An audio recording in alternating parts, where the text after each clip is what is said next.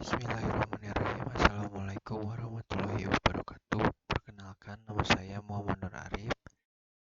Nomor induk mahasiswa saya 101203113. Di sini saya akan mempresentasikan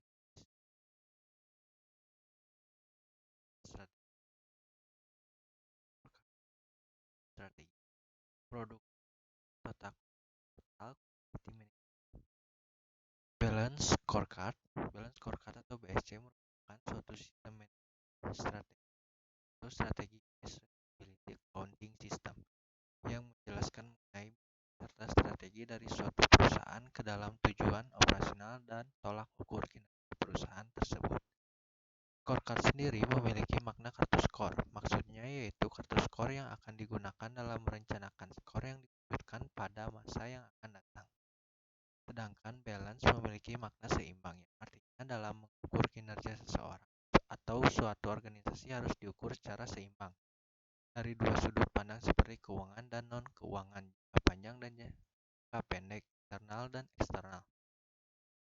Balance scorecard merupakan suatu mekanisme pada sistem manajemen yang mampu menerjemahkan visi serta strategi organisasi ke dalam suatu tindakan nyata di lapangan, sehingga balance scorecard menjadi salah satu alat manajemen yang terbukti membantu banyak perusahaan dalam mengimplementasikan strategi bisnisnya. Selanjutnya, 5-Force Strategi.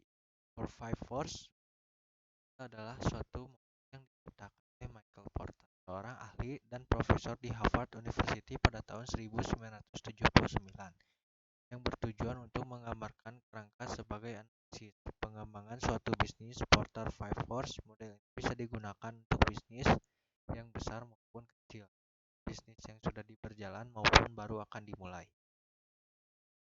Produk life cycle. Persaingan telah menempatkan pelanggan sebagai pemegang kendali.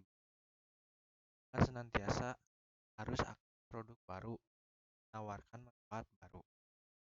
Meluncurkan produk baru atau pengembangan produk tidak bisa dihindari organisasi. Segmenting produk pendek dan si produk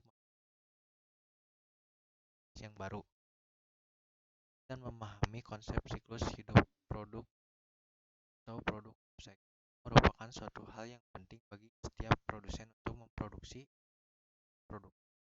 Pada siklus hidup produk adalah tahapan proses perjalanan suatu produk, mulai dari diperkenalkan pada pasar atau market pada akhir pasaran untuk memperpanjang umur hidup suatu produk. Pekerja harus melakukan berbagai agar produknya dapat bertahan lebih lama lagi di pasar. Total Quality Management. Total Quality Management yang disingkat TQM merupakan alat strategis yang dipakai pelaku bisnis dalam melibatkan semua orang agar fokus pada kualitas.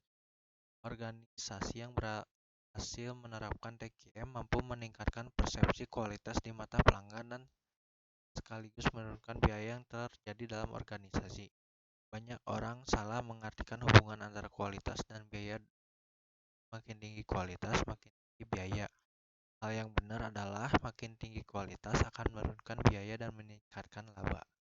Organisasi yang menerapkan TQM akan berupaya meningkatkan kualitas. Peningkatan kualitas akan berdampak pada dua sisi, yaitu sisi biaya dan sisi pendapatan.